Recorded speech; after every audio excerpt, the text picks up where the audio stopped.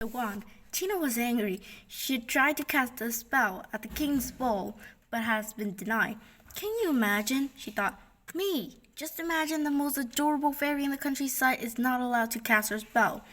Just the thought of it made Tina's blood boil. Was it truly her fault that her wand had been bent and wouldn't work?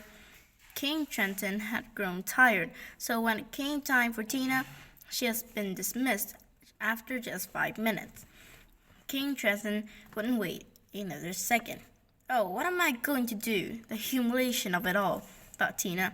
Tina began trying to straighten her wand, hoping that it would help.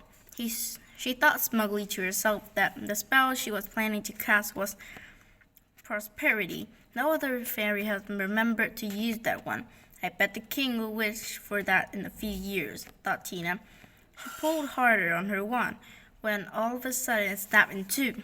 Tina sat staring at what she had done. Did this mean she would never cast a spell again?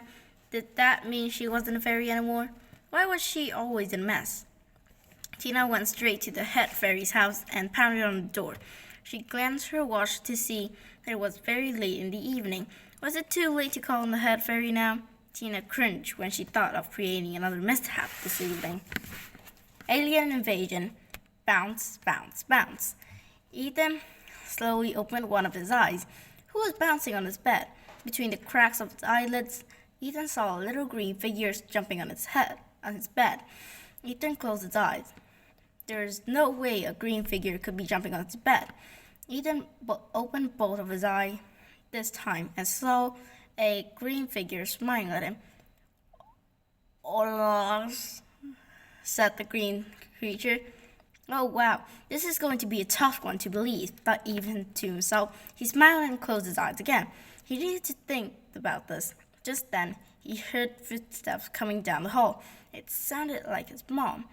Ethan, what are you doing? Settle down in there, called his mom as she passed. Mom, it's not me, yelled Ethan. Right, Ethan, answered Mom. I knew it, said Ethan. Mom, come here. Just a minute, called Mom. There was a look of panic on the face of the green creature. It seemed to sense something bad was going to happen. It hopped up the bed and scurried over to the closet door. A few moments later, Ethan's mom came through the door. Okay, Ethan, let's hear your story, said Mom. All right, here's my story. I woke up and there was a little green creature, sort of like an alien, sitting right on my bed, explained Ethan. Right, said Mom. You think I'm crazy, but look inside the closet and you'll see proof, said Ethan. Ethan's mom walked over to the closet and opened the door.